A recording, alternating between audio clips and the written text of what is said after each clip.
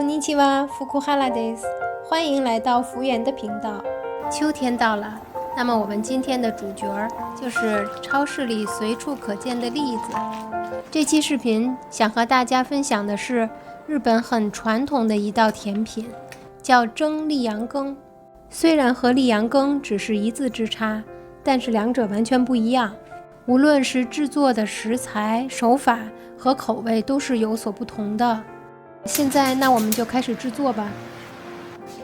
今天我们用到的栗子是我在超市买的，这样现成了煮好了的栗子。因为它这里边已经含糖了，比较甜，所以呢我要给它煮一下，去一下它的甜味儿。150克的栗子放到水里。我今天做的是叫蒸栗羊羹，还有一种就是叫栗羊羹。这两种的区别呢是，蒸的栗羊羹它的糖分没有那么高，保质期比较短，是最传统的做法。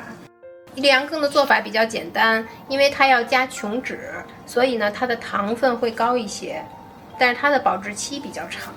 中火煮1分钟，1分钟到了，我们关火把这个栗子捞出来。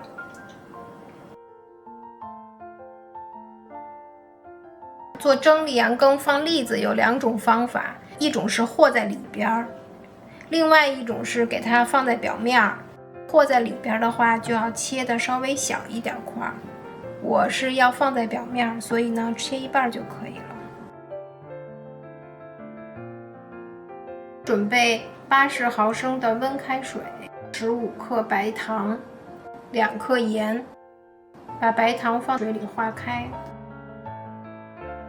把2克盐也倒进去，全部都融化就可以了。这个糖水已经做好了。准备450克的红豆沙，40克的面粉，这是普通面粉，6克的红薯淀粉。我们先把面粉倒到红豆沙里，给它和匀，就像和面一样。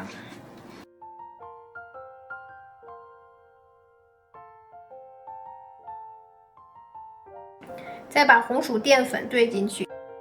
羊羹是从中国传入日本的，是在日本的镰仓时代。实际上这个羊羹最早就是用羊肉做的，但是因为佛教呢是吃素，所以呢他们就把羊肉改成了红豆沙和面粉，用这种蒸制的方法做成现在的蒸栗羊羹。调好的糖水分次加入红豆沙当中。最早是不加这个糖水的，因为以前糖是奢侈品嘛，很贵，所以呢就是用其他的甜味剂代替的。把水全部都要和均匀，让它保持非常这种细腻的状态，完全没有那个面粉的颗粒。我用的这个模具是15.5厘米乘以8厘米正方形的模具，我已经提前盖好了这种烘焙纸。我们一会儿要把红豆沙倒进模具里，如果你不好操作的话，就像我这样加上一个小夹子比较好做。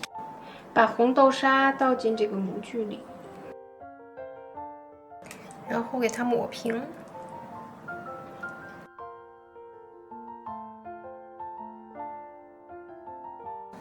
然后我们把栗子摆上来，就给它挨着码紧一点儿。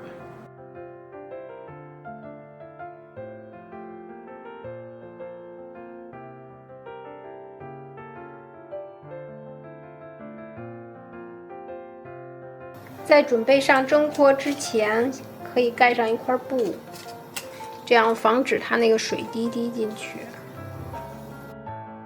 开锅以后要大火蒸30到35分钟。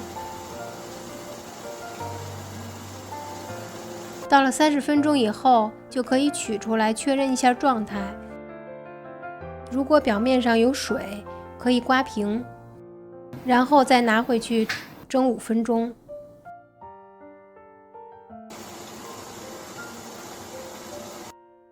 时间到了，取的时候要小心，别烫到手。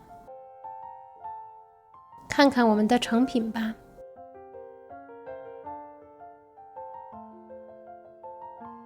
一块湿布，让它自然冷却2-3个小时。这个时候已经完全成型了。先把边儿修一下，让成品看起来更整齐。先来尝一尝，看看味道怎么样。